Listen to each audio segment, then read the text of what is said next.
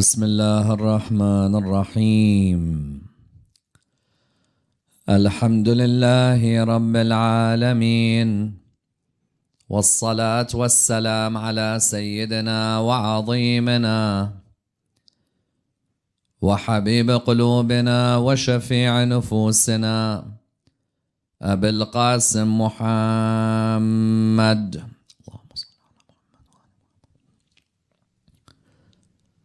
وعلى أهل بيته الطيبين الطاهرين وأصحابه الغر الميامين.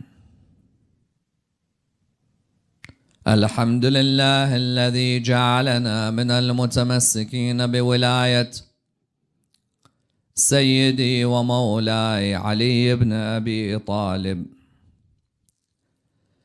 الحمد لله الذي هدانا لهذا وما كنا لنهتدي لولا أن هدانا الله. أما بعد، صبت علي مصائب لو أنها صبت على الأيام صرنا لياليا. After the Prophet is a book authored by Leslie Hazelton. A book that discusses the events that took place after the demise of the Holy Prophet Muhammad, peace be upon him, and his family.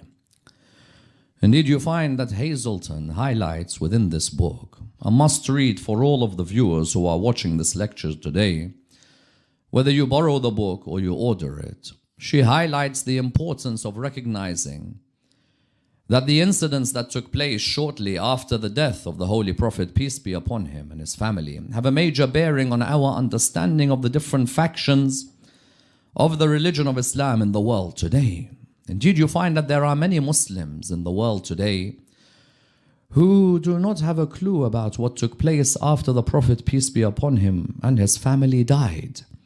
While they have a reverence for the Holy Prophet, peace be upon him, and his family, and may have read parts of his biography, their understanding of what took place after the Holy Prophet passed away is very limited. There are some, if you were to discuss with them, for example, Saqifa, they would not have a clue about what took place at Saqifa, let alone know what Saqifa is.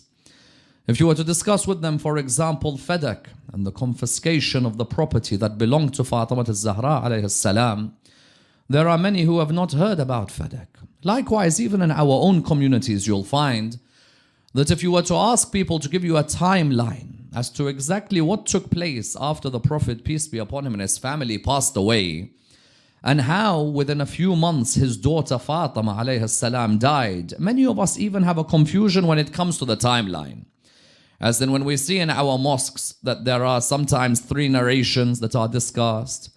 A narration which discusses, for example, the demise of the daughter of the Holy Prophet, peace be upon his family, within a couple of months of his death. There are many who wonder, was she, for example, struck a day after Saqifa took place? Was she struck a week after Saqifa took place? Was she struck a month after Saqifa took place? When did the sermon of Fadak, for example, take place? What happened with the sermon of Fadak? What happened after the sermon? How long after she was struck did she live for? And what did she do in that period? There are many who are still confused with the timeline. And I find it quite remarkable, because how could somebody who admires the Holy Prophet, peace be upon him, and his family, not know what exactly took place after he died? There are some who, of course, will tell you that what's the point of discussing something that took place 1,400 years ago? Why don't you guys get over it? As an example of a line that you'll find some Muslims will actually give.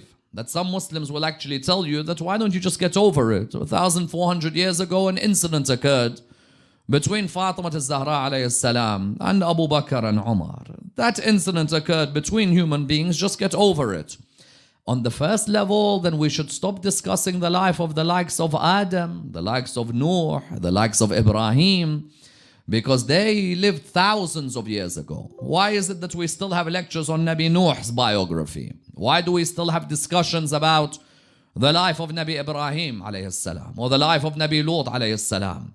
When you come and discuss these prophets of Allah, why don't you turn around to those biographies and say that why are we discussing the lives of people who lived thousands of years ago? Until today, in many Muslim communities, you'll find that there are people who still discuss Nabi Adam alayhi salam and the story of Eve and the story of the garden and the story of Habil and the story of Qabil.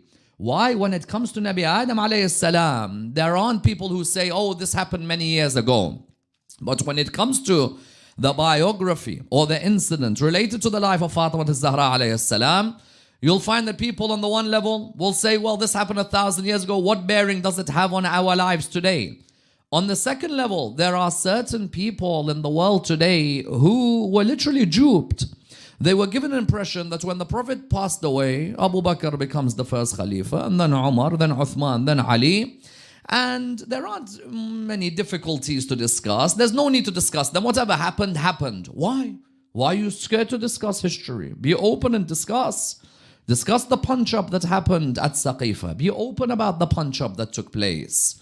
Be open about how the companions were fighting each other until one was ready to crush the other. Be open about those who did not pledge allegiance and didn't pledge allegiance until they died to the first Khalifa.